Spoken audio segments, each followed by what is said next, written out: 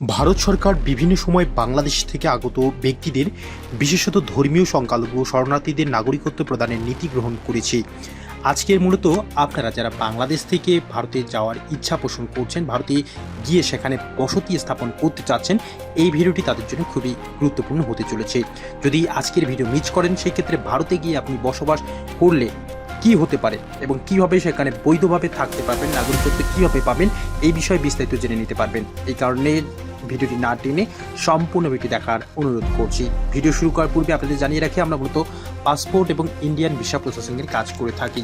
এই কারণে আমাদের কাছে সবার আগে পাসপোর্ট এবং ইন্ডিয়ান ভিসা সংক্রান্ত আপডেট সবার আগে পেয়ে যাবেন। এর জন্য অবশ্যই চ্যানেলটি সাবস্ক্রাইব করে সঙ্গেই থাকবেন। নাগরিকত্ব সংশোধনী আইন CA 2019, এই বিষয়টি আপনাদের সকলেরই জানা রয়েছে। তো CA এর মাধ্যমে বাংলাদেশ, পাকিস্তান, আফগানিস্তান থেকে আগত হিন্দু, শিখ, বৌদ্ধ, জৈন, পার্সীয়, খ্রিস্টান সম্প্রদায়ের লোকদের নাগরিকত্ব দেওয়া হয়। আবেদনের শর্ত 31 ডিসেম্বর 2014 এর আগে ভারতে প্রবেশ করতে হবে, অন্যথায় আপনি এই CA এর আওতায় নাগরিকত্ব নিতে পারবেন না। তো এইখানেও বেশ কিছু শুভঙ্করের ফাঁকি রয়েছে, আপনারা চাইলেই সেইভাবে আবেদন করে নাগরিকত্ব নিতে পারবেন। অর্থাৎ 2014 এর পরে গিয়েও আপনি চাইলে ভারতের নাগরিকত্ব পাওয়ার জন্য যে অপশনগুলো রয়েছে, এই অপশনগুলো ব্যবহার করে আপনি নাগরিকত্ব নিতে পারবেন। তো যদি এরকম কোনো ব্যক্তি রয়েছে থেকে থাকেন, আমাদের এই ভিডিওটি দেখছেন, অবশ্যই কমেন্টে লিখে জানাবেন। সম্পূর্ণ online portal Indian citizenship online .nic.in, এই ওয়েবসাইটের মাধ্যমে আবেদন করতে হবে। 1971 সালের আগে আগতদের জন্য সুপ্রিম কোর্টের রায়, অর্থাৎ 1971 বাংলাদেশ এবং ভারতের 1971 সালে যে পাকিস্তানের মধ্যে যে যুদ্ধ হয়েছিল, তো সেই সময়ের আগে যারা ভারতে গিয়েছিলেন 1966 থেকে 1971 সালের মধ্যে ভারতে প্রবেশ করা বাংলাদেশিদের নাগরিকত্ব বহাল রাখার রায় দিয়েছে ভারতের সুপ্রিম কোর্ট। অর্থাৎ যুদ্ধের সময় যারা বাংলাদেশ থেকে পালিয়ে ভারতে গিয়ে শরণার্থী ছিলেন, আশ্রয় নিয়েছিলেন, তারা নাগরিকত্ব ভারতের যে পেয়েছেন ইতিমধ্যে, সেই রায়টি বহাল থাকবে, তারা নাগরিকত্ব থেকেই যাবেন। এটি মূলত আসাম চুক্তি 1985 ধারা 6 এর অধীনে প্রযোজ্য। শরণার্থীদের নাগরিকত্ব, কর্ণাটকের শরণার্থী শিবিরে বসবাসকারী 5 বাংলাদেশি সম্প্রতি নাগরিকত্ব পেয়েছে।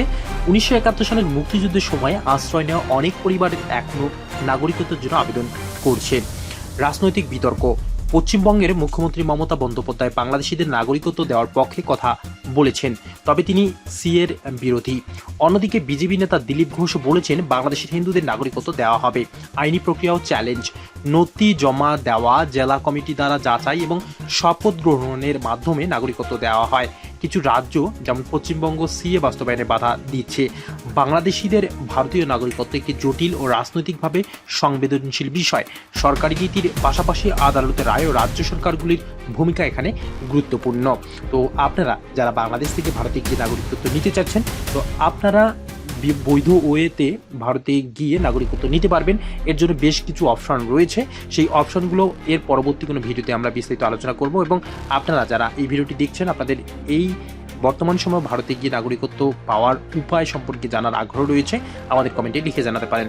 সম্মানিত ইন্ডিয়ান ভিসা প্রত্যাশী ভাই বোনেরা, আপনারা সম্প্রতি ভারতীয় ভিসা বন্ধ থাকার কারণে অনেকেই হতাশায় দিন পার করছেন যে কবে ভারতীয় ভিসা চালু হবে।